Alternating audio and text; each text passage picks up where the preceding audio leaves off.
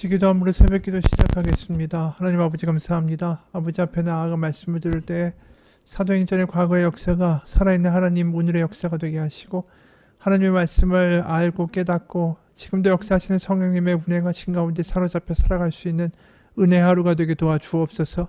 살아계신 우리 주 예수 그리스도의 이름 받들어 기도합니다. 아멘. 오늘 우리에게 주신 말씀은 사도행전 2장 1절에서 13절까지의 말씀입니다. 사도행전 2장 1절에서 13절까지의 말씀입니다.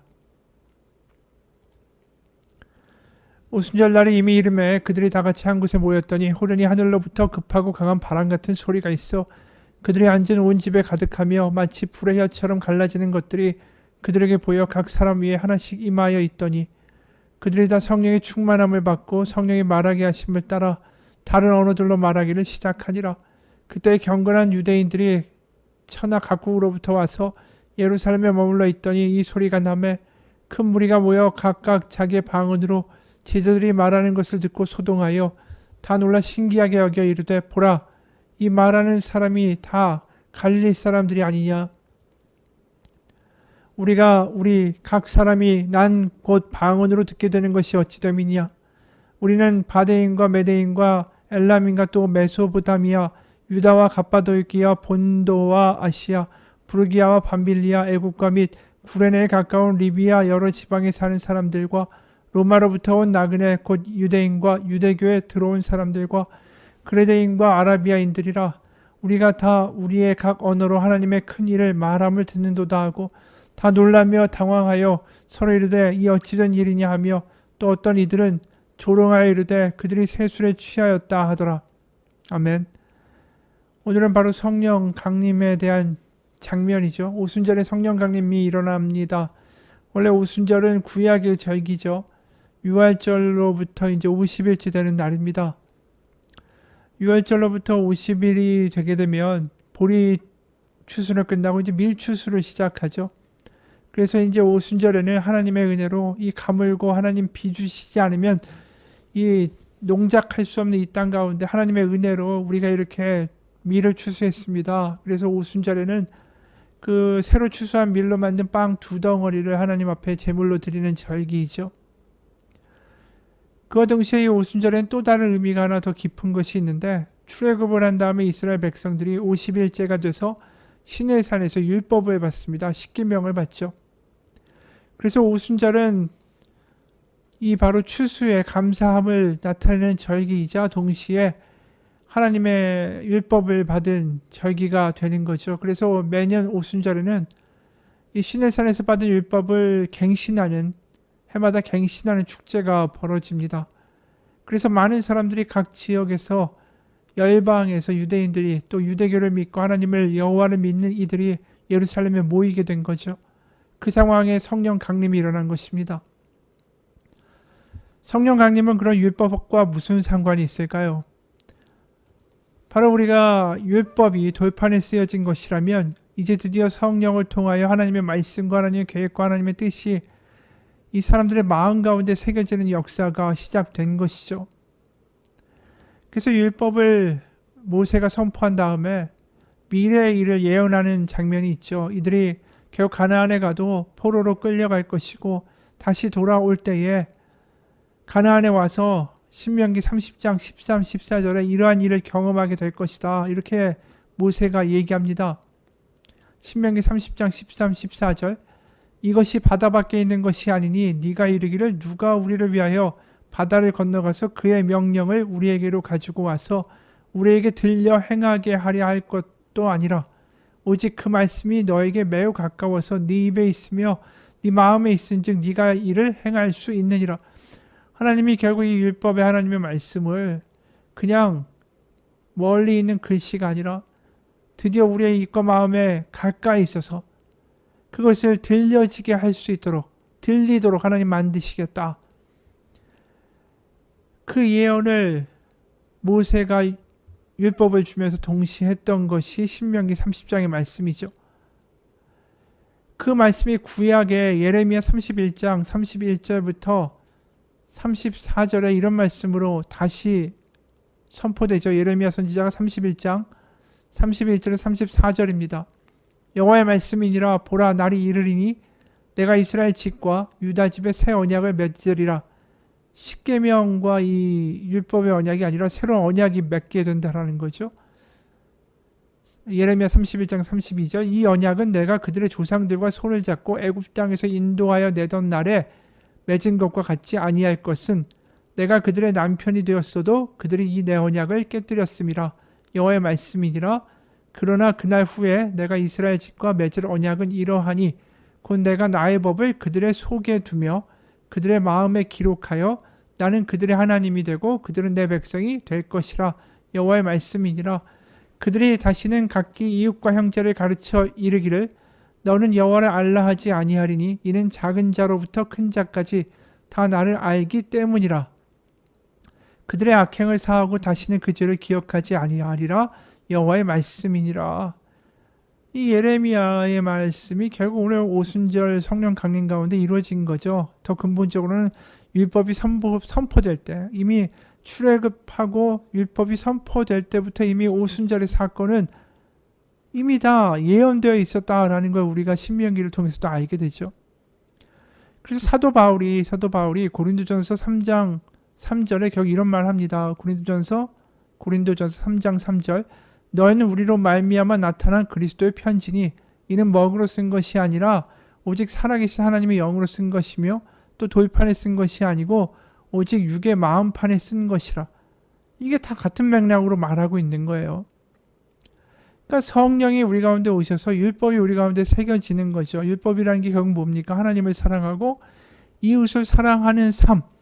그 삶을 그냥 글씨로만 보고 끄덕끄덕거리는 삶이 아니라 하나님을 사랑하고 이웃을 사랑해야 하는 그 마음이, 그 삶이 우리 가운데 실제로 구현되도록 하나님의 성령의 역사가 이 가운데 임하였다라는 거죠. 하나님의 말씀이 들려지는 거예요. 아, 하나님을 사랑하고 이웃을 사랑하는 게 결국 다 가장 좋은 길이구나. 이게 맞는 길이구나. 이렇게 사는 게 옳은 거구나. 그게 깨달아지고 그렇게 사라지게 되는 삶의 모습이 성령의 역사를 통하여 우리 가운데 일어났다. 그런 것이죠. 그게 바로 하나님이 창조의 목적이었고 타락한 세상을 다시 한번 회복시키고 새로운 창조를 이끌어 가신 하나님의 성령의 역사였다라는 거죠. 그래서 하나님을 사랑하고 이웃을 사랑할 때 우리가 더 이상 분노하거나 남과 비교하면서 질투하거나 남을 저주하거나 거짓말하거나 질투하거나 내가 원하는 것을 얻기 위해 우상 숭배하지 않게 되죠. 드디어 하나님이 주시는 그 사랑, 또 우리가 하나님을 사랑함, 계속 그 사랑 관계에 있음으로 말미암아 하나님이 나를 기억하신다는 그 분명한 사랑 가운데 있음으로 말미암아 이웃을 사랑하고 참아줄 수 있고 인내할 수 있고 용서할 수 있고 자비할 수 있고 양선을 베풀 수 있는 성령의 열매들 우리 가운데 맺게 된다라는 거죠.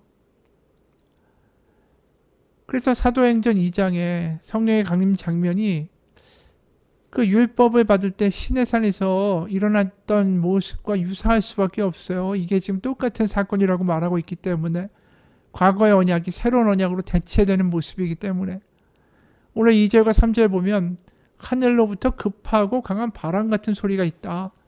그리고 3절에 마치 불의 혀처럼 갈라지는 것들이 그들 위에 임했다라고 말씀하고 있어요. 근데 출애굽기 19장, 이게 십계명을 받고 율법을 받을 때 아닙니까? 출애굽기 19장 11절부터 18절까지 몇 개의 구절을 보겠습니다. 출애굽기 19장 11절, 준비하게 하여 셋째 날을 기다리게 하라. 이는 셋째 날에 나 여호와가 온 백성의 목전에서 시내산에 강림할 것임이니. 그래서 16, 18절에 실제로 강림하세요. 셋째 날 아침에 우레와 번개와 빽빽한 구름이 산 위에 있고 나팔 소리가 매우 크게 들리니 진중에 있는 모든 백성이 다 떨더라. 시내산의 연기가 자욱하니 여호와께서 불 가운데서 거기 강림하심이라. 불 가운데 하나님이 나타나시는 것처럼 오늘 강한 바람이 있고 불의 혀처럼 갈라지는 것들이 그들 가운데 보였더라. 그래서 새로운 이 언약이 성령을 통하여 드디어 임하였다. 그래서 하나님이 드디어 그 마음판에 하나님의 말씀을 새겨주시는 역사가 드디어 일어났다. 이렇게 말하는 거죠. 그래서 오순절에 열방에서 온 유대인들과 또 여호와 하나님을 믿는 모든 사람들이 그것을 목격하게 됩니다. 그래서 뭐 바데인, 메데인, 엘람인, 메소포타미아, 유대, 갑바도기아, 본도 아시아, 부르기아, 밤빌리아, 애굽, 구레네, 뭐 리비아, 로마, 뭐 그레데인, 아라비아인들 정말 다양한 사람들이 그 광경을 보죠. 그리고 더 놀라운 건 이들이 그 성령을 강림을 체험한 제자들이 갑자기 말을 하기 시작하는데 그 말이 자기들 고향, 자기들 나라의 말을 한다라는 거예요. 각 나라의 외국어로 말을 하는 거죠. 그러니까 사람들이 놀라는 거예요. 우리가 다 우리의 각 언어로 이거 듣고 있는 거 아닌가? 아, 이거 우리나라 말을 하는 저 사람들이 다 갈릴리 촌 사람들인데 이게 어떻게 된 거야? 이런 일이 벌어진 거죠. 그러니까 어떻게 보면 창세기 10장에서 바벨탑을 쌓던 인간이 다 바벨탑을 포기하고 흩어지게 된 게 언어가 달라져서 그랬다라고 있지 않습니까? 근데 거꾸로 지금 성령이 임하시니까 각 나라 사람의 언어를 함으로 다 모든 사람들이 하나님을 보게 되는 역사가 이 역전되어 나타나는 거죠. 근데 어찌됐든 간에 여기서 놀라게 된 건, 와, 우리나라 말을 하네. 이런 기적 같은 일이 어디 있어가 놀라웠던 게 아니라 진정으로 놀랐던 일은 뭐냐 하면 11절을 다시 한번 잘 보면 그리대인과 아라비아인들이라 우리가 다 우리의 각 언어로, 이게 놀랍다는 게 아니에요. 하나님의 큰 일을 말함을 듣는도다. 그래서 다 놀라고 당황하여 서로 이르되 어찌 된 것이냐. 그들이 놀라고 더 황당하고 어떻게 보면 충격받았던 일은 자기네 나라 말을 한 것뿐 아니라 하나님의 큰 역사, 큰 일, 큰 계획을 말했다라는 거예요. 그러니까 그 계획을, 하나님의 큰 일을 자신들이 들었을 때 놀랄 수밖에 없었던 거죠. 왜요? 자신들이 이 십자가에 못 박아 죽였던 예수라는 바로 그 사람이 바로 구약에서부터 이야기했던 선지자 같은 하나님의 예비하신 분이고 메시아였고 하나님의 큰 계획을 이루는데 그 정점을 이루고 있고 이미 앞에서 말한 시내산에서 율법 그리고 예레미야 선지자가 한 이야기들 그 모든 마음에 하나님의 말씀이 살아 숨쉬게 하게 하시기 위한 하나님의 역사를 이루기 위하여 오신 분이었다라는 게 하나님의 큰 일로 들려진 거죠. 그러니까 아니 우리가 하나님의 큰 일을 거꾸로 거슬렀던 존재인가? 이런 생각이 들게 되는 것입니다. 그냥 얘기했다면 믿지 않았겠죠. 그런데 이게 자기네 나라 말로 갈릴리 촌 사람들이 그 말을 해대니까 이게 너무 놀랍게 들리는 거예요. 오, 정말 예수가 그런 분이었던가? 하나님의 큰 그림과 큰 계획 가운데 있었던 일이었던가? 이러면서 충격받게 된 거죠. 그러니까 우리가 여기서 성령 강림을 보면서 각 나라 말로 방언을 했다. 그게 성령의 역사다. 그게 성령의 능력이다라고 말하면 안 되는 거예요. 성령의 능력은 뭐냐 하면 하나님의 큰 일, 하나님의 큰 그림을 보게 하시고 믿게 하시고 그 큰 이야기 가운데 살아갈 수 있도록 우리를 붙드시는 힘, 그게 성령의 역사라는 거죠. 그래서 성령을 통해서 우리가 말씀이, 하나님의 언약이 우리 가운데 살아 숨쉰다는 이야기는 바로 성경에 있는 하나님의 태초부터 요한계시록까지의 커다란 하나님의 이야기와 하나님의 큰 그림이, 하나님의 큰 일이 우리 가운데 믿어지고 그것이 실제로 일어날 일이고 이루어졌고 하나님이 하셨다라는 것이 우리 가운데 정말로 믿어지는 거, 그게 성령 충만이다라는 것이죠.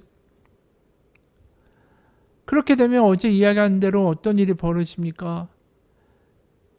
우리가 눈앞에 보이는 이런 일들, 사소한 일들, 분노할 일들, 짜증날 일들, 이 낙담할 일들이 작아 보이는 거예요. 큰 일을 소유하고 큰 계획을 보이니까 눈앞에 보이는 일들이 일희일비할 일이 아니다라는 걸 알게 되는 거죠. 그리고 지금 자신에게 닥친 문제를 다르게 바라볼 수 있는 눈이 생기는 거죠. 뇌성마비로 태어난 송명희 시인이 이런 글을 쓰지 않습니까? 이 찬양의 가사죠.